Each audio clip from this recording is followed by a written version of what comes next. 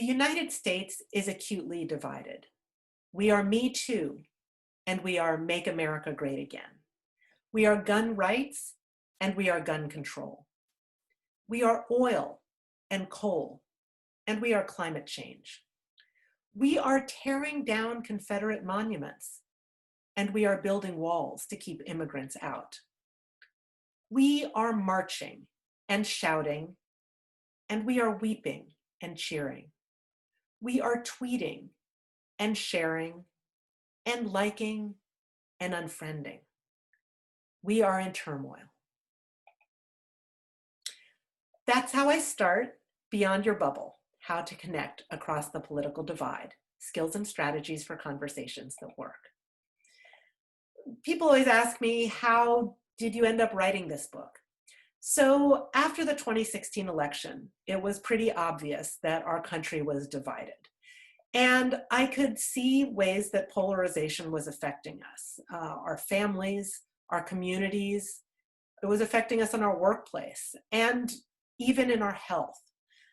So it seemed like there were a number of people saying we should do something about this. We should reach out across this political divide. But I wasn't finding much in terms of guidance about how to do that. So I've had some experience doing things like that. I've facilitated dialogue, difficult dialogues on controversial topics like abortion, religion, sexual orientation, law enforcement. And I also have experience teaching helping skills. So I thought maybe there's something I can do. I can fill the gap somehow. And so, of course, I did the most obvious thing, which was I created a flowchart. And so this is what I call the flowchart that will resolve all political conflict in our country, because I'm very optimistic. So it's a little bit tongue-in-cheek, but what I was hoping to do from this was to help people to be more intentional in thinking about having dialogue and how to go about doing that and how to navigate their way through that and what kinds of skills and information would help them to do that. So, spoiler alert, it did not actually resolve all political conflict in our country. So I realized we needed more. So I created a 2-hour workshop to help people to develop the skills, because I thought maybe just people don't have the skills and I'll help them to do that. And several hundred people went through that workshop. And when people came to the workshop, I asked them a question. I said, what is it that drew you to this workshop? Why are you here? And so I thought I would ask all of you the same question. What might motivate you to engage in dialogue across political lines? So there's a poll here, and you should be able to respond to the poll. You can pick as many of these as you want to. So when you think about what might motivate you to engage in dialogue across political lines, there's a number of options here. Maybe there's someone in your life who you want to maintain a good relationship with. Maybe you want to persuade or convince other people to see things the way you do. Maybe you're having trouble understanding why do people think the way they do. Maybe you want to find common ground. Maybe you're just feeling distressed about political conflict. Maybe you want to help heal the political divide. Or maybe you have some other reason, and if you want to put that reason in the chat section and share it, then you're welcome to do that. Maybe nothing would actually motivate you to engage in dialogue across political lines. So you have that option also. So go ahead and choose as many of those as fit for you. It looks like there are a lot of people who are having trouble understanding why people think the way they do, and who are hoping to find common ground. Also, a lot of you are feeling distressed about political conflict. You want to help heal the political divide, and maybe there's someone in your life who you want to maintain a good relationship with. And a few of you also want to persuade or convince other people, or you have some other reason. But most of you actually are interested in participating in dialogue across political lines. So that's fantastic. you are similar to the people who came to the workshop and the people who I imagine might be interested in this book. You know, those are the same kind of motivations a lot of other people are having. And then after people went through the workshop, they kept asking me for more resources. That wasn't, 2 hours wasn't enough to fix everything. A flow chart wasn't enough to fix everything. So I wrote a book. And this book draws on psychological research and skills to inform dialogue. So it's evidence-based, but it was really important to me to write it in such a way that it was accessible and engaging. And it's short enough to not be daunting. And in fact, here it is. This is the book, and it actually exists now, which is very exciting. See, it's short, so you can get through that. And it is a really practical resource for folks.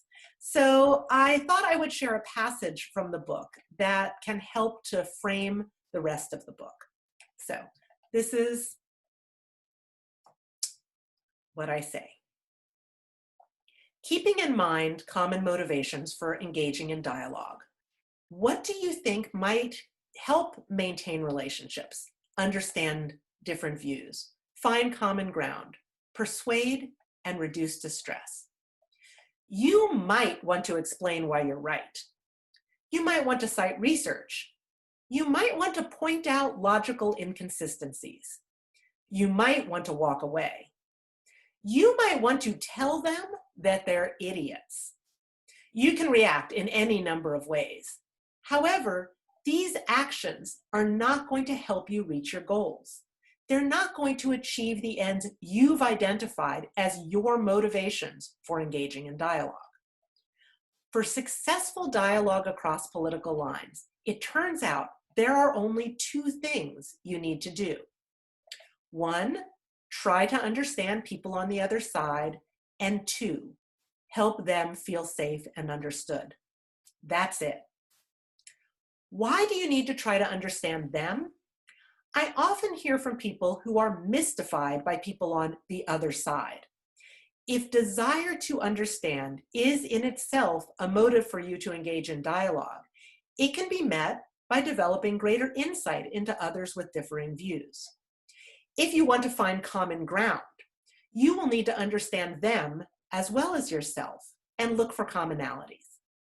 If you want to persuade, you will need to understand their beliefs and values to be effective in shifting their views. And if you simply want to reduce your stress, I find that some of the distress people are experiencing arises from being mystified about others' views and in the uncertainty about how others will act. Insight into others can alleviate some of this distress. Why do you need to help them feel safe and understood? Quite simply, the safer and more understood people feel, the more they will be open to engaging in dialogue. When people feel confronted or attacked, they shut down and become even more committed to polarized views. When they feel safe and understood, they are less defensive, less agitated, more able to express their views, and more likely to listen to yours. They will be more willing partners in seeking common ground and less resistant to opening their minds to alternative ways of thinking. So that's from chapter 1. And then the rest of the book lays out the skills that are needed to promote understanding and safety. I thought I would share with you what the contents are like for the book. So here's what you would find in the book. First, you would learn about the basics of meaningful dialogue. What do we mean by dialogue, and what are the motivations and barriers that we might experience? In preparation for dialogue, that includes getting past the anxiety that we might feel in anticipation of dialogue. It'll talk about how to invite someone to engage in dialogue and how to establish communication guidelines so it goes smoothly.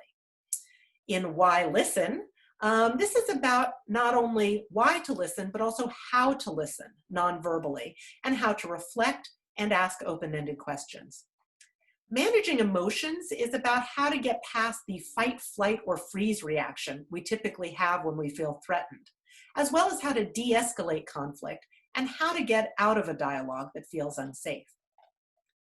Cultivating understanding can help to correct distorted perceptions of people on the other side. Talking skills is about how to share your views most effectively.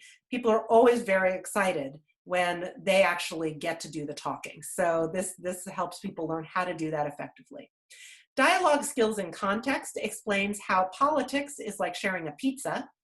And then dialogue skills in action is about strengthening dialogue skills, making an action plan, and then how to actually bring that dialogue to a close with intention. Not only does the book have information about these topics, it also has activities and examples of dialogue. I created a fictional set of cousins who have very different views, and they discuss a range of topics, including immigration, Black Lives Matter, gender, and abortion. I created a video with my friend Pema to bring one of these conversations to life. So you'll watch, I'm going to show this to you, and you'll watch these cousins have a conversation that doesn't go very well. And then they'll apply some of the skills in the book to the same conversation. So we'll watch together.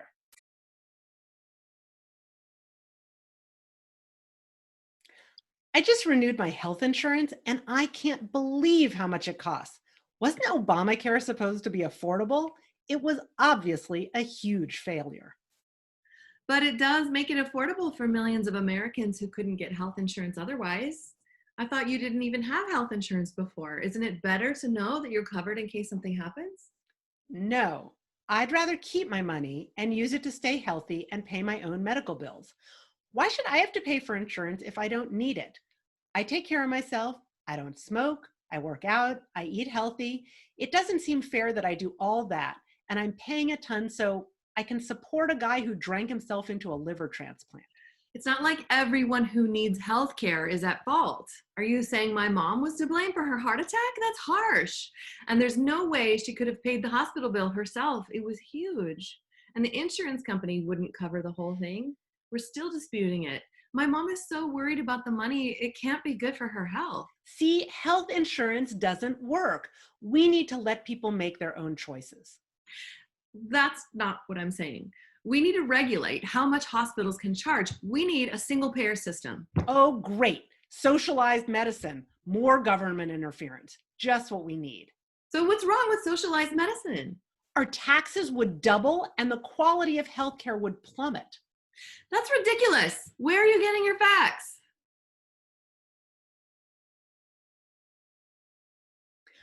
I just renewed my health insurance and I can't believe how much it costs.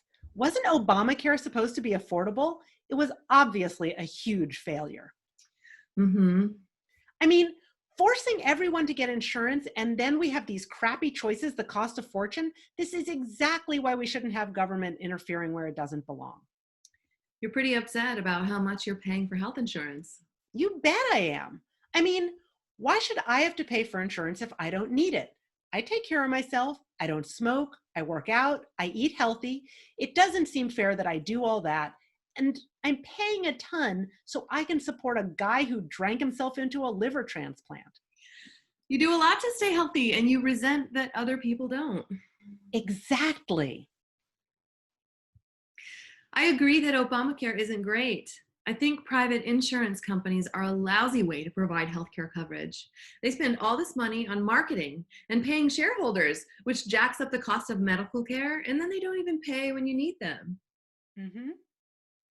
When my mom had a heart attack last year, the hospital bill was outrageous. The insurance company wouldn't cover the whole thing, and we were left with this huge bill. We're still disputing it. And my mom is so worried about the money, it can't be good for her health. Sounds like it's been pretty stressful. Definitely. It's been such a mess. I get that you feel like the current insurance system isn't working. How do you think healthcare should be covered? I really like the idea of the government overseeing the healthcare system, a single payer plan. That way they could regulate the medical costs and cut out the insurance company profits. That should have no place in healthcare. So You think we should all be covered under a government-run health insurance plan. Exactly. Now you have a little bit of a sense of what the book is about. That's a dialogue that comes from the book, and these cousins then have conversations about a number of different topics, and then there's annotation there to talk about how the skills in the book are being applied. So now that you have a sense of a little bit of the content and what kinds of things might be there, think about the motivations that you had for engaging in dialogue that we identified a little bit earlier.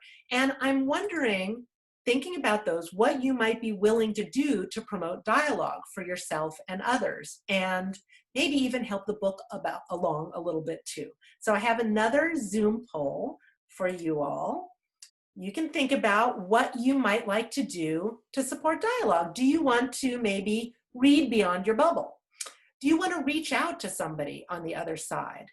Would you like to attend a Beyond Your Bubble workshop? I'm going to start doing virtual workshops very soon. And hopefully someday we'll be able to do them in person again as well. Do you want to invite me to give a talk for your organization or your community? Do you want to follow Beyond Your Bubble on social media? Do you want to spread the word about Beyond Your Bubble? So go ahead and you can check off as many of those things as interest you. Okay, everybody get your votes in, and then let's take a look at the results. Yay, you want to read the book. Well, my work here is done. That's fantastic. And a lot of you are interested in doing more than that. You're interested in spreading the word. You might want to reach out to somebody on the other side, which is great. You want to follow social media. Maybe you want to invite me to give a talk or attend a workshop. So all of those things are fantastic. So now you're wondering, how can I actually do those things? I'm so glad you asked. Everything is all in one place where you need it on my website. So if you want to do anything, you can just go here, and I think Pema is maybe going to put the link in the chat section so you can get there easily. But if you want to buy the book, you can do that here. Once I have the online workshops ready to go, then information about that will be right here. If you want to tell me about what your experiences have been like with dialogue, I'm really interested in hearing about that. So you can just take a survey here and tell me about your experiences, and it's an anonymous survey. Maybe you were like, oh, I really like that flow chart, and you want to download the flow chart right here. Or maybe you're like, but hey, do you have that in a Thanksgiving placemat version? And indeed I do. So all of that is right there, and it also can give you links to follow on Facebook, on Instagram, or on Twitter. So all of the information's right there. Go there for anything that you need to learn about dialogue and how you can promote that. So I want to end this part of the program by just reading a little excerpt from my acknowledgement section.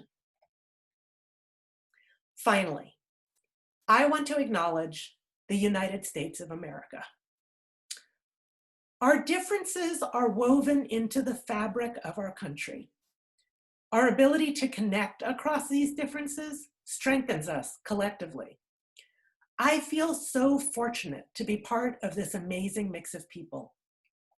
My aspiration is that this book cultivates our compassion and skills to help us reach our greatest potential. Thank you. So, I get a little emotional about it, you can see. But I would love to take some questions now. So, Pema, do we have any questions? We do, Tania. The first one is, can you tell us more about how the flowchart came about? Oh, sure. So right after the 2016 election, I was teaching a class on social justice and counseling psychology. And my students were creating resources as a project. And I thought, well, I'll create a resource too. So one of my students, my student Krishna Carey, and I started talking about maybe creating something to help people have dialogue across political lines. So we talked, she identified some resources, I found some things, and that really got me thinking about how to help someone navigate through that dialogue process. And all of the skills and strategies and information really came from what I was finding in the psychology literature. So that's how the flowchart. And then I did this, like, you know, on Microsoft Word, drawing things and creating stuff. In the book, the flowchart looks much better because APA Books actually has people who can do things graphically. Great. More questions? Yes, the next one is, how do you think the book will be received in different parts of the country, drawing on the places that you've lived? Oh, that's a great question. I have lived a lot of different places, and it's so great because I can see people from all of those places on here. I grew up in Charlottesville, Virginia. I lived in Philadelphia, Arizona, Memphis, Tennessee, and I've been in Santa Barbara for the last 20 years. Those are very different places geographically and politically. And I honestly think that growing up in Charlottesville helped me to be open to dialogue across political lines. Charlottesville is a college town that's surrounded by rural Virginia. And growing up there, there were people of a lot of different religious and cultural and values backgrounds. So I hope that the book will be received well everywhere. I tried to write it, you know, I realize we describe it as politically neutral, but I thought it's not neutral in a way, it's actually multiple, because I really tried to represent some of the different perspectives as accurately as I could. So it's got a lot of different views. And so far, I'm hearing from people that they feel seen in that, and they feel like it can speak to everybody. So I also recognize that different people may be more or less open to dialogue depending on what's going on politically in our country. I would say people on the left may not have been as open to dialogue when they felt more represented in the White House. And you know, so when more conservative people, when people on the right are not as represented in the White House, they don't feel as heard, and they might be more encouraging of dialogue. So I think that things might be different geographically to some extent, but I think actually they may even be more different based on the shifts in political power in our country over time. There are lots of great questions coming in. There's a quick logistical one. Do you know if there are ebook or Kindle book versions available? Oh, yeah, thanks for that question. There is a Kindle book version available. There is not currently an audio version available, but we're talking about it. So if you like that idea, let us know. And here's one. How do you see the book promoting social justice, and how does political polarization hurt social justice? That's a great question. Social justice, the only other book I've been part of, or that I've had book chapters, but the only other book with my name on the cover is the Handbook for Social Justice in Counseling Psychology. I'm one of the co-editors of that book. And so social justice is very much where I'm coming from. So that's my agenda, and I recognize that. Certainly not the agenda of everybody who would be engaging in dialogue across political lines.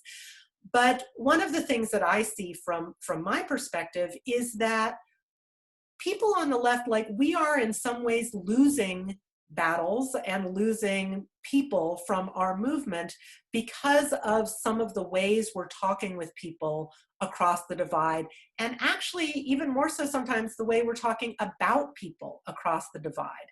One of the things that you'll find in the book is research that tells us that we overestimate the distance between ourselves and others' views. And so that polarization that we're feeling, it's there, but we actually exaggerate it in our minds. And so if if you're somebody who wants to promote a social justice agenda and you're thinking about communicating with people across political lines, if you're thinking about them and talking to them all as if they are white supremacists and neo-Nazis, you are going to lose them. Most people are not white supremacists and neo-Nazis. And so one of the things that this book can do, I think, is help us to really understand people better and recognize where there's not as much division, and also just help us to correct our own distorted perceptions. Another question, is it worth it to engage in conversation with people who don't respect you at your base level of humanity, i.e. racist or homophobic or transphobic folk? That's a great question, and I get this question a lot. So one of the things I say about this book and what dialogue means is that it's about communication with somebody who wants to be in dialogue also. So you have to want it, they have to want it. That's what I'm explaining how to do. So if you don't want it because of, then you don't need to do it. But also if you feel like someone's coming from a perspective where they're also not open to dialogue, then, that's not what this is about. I'm not saying that because you have the skills presented to you that you must use them in every situation. That's actually not practical, probably, and it may not feel healthy or safe for you. One of the things that I'll add to that is that it may not feel safe, but sometimes things don't feel safe when they might be more safe than we think. So we might feel a threat and have a reaction to that, but it may be that the worst thing that's going to happen is that somebody is going to disagree with you, maybe in elevated or harsh tones. And so you've got to decide if that's something that you are willing to experience in order to achieve those goals that you identified in your motives. Another one, can you use the book for conversation topics other than political? Absolutely. The skills that are in this book are useful for any kind of conversation where there's a disagreement or a battle over resources, like a pizza. So I have a whole chapter where I talk about how politics is like sharing a pizza, because there's one pizza and we have to make a collective decision about what's going to be on it. And that's something that we run into constantly in our lives. And I do say, so spoiler alert, I do say at the end of the book exactly that these are skills that are going to make us better parents, better partners, better community members. And so they're very applicable to a lot of situations. Maybe we'll take one more question. Sure. Now I have to choose. I'll just choose the next one. How do you reach the people who are less educated or don't like reading books? So that's one of the things that the workshop might be helpful for. Not everybody is inclined to read a book. And so that's something where the workshop can be helpful. The flow chart can be helpful. I'm trying to create very accessible resources because, books just aren't the thing for everyone. But I think that workshops can be helpful for building skills. Thank you so much to all of you for being here. It's really, I feel tremendously supported, and I feel very excited about this book offering something that can help in our troubled times that we're having in our country. So thank you all so much for being here.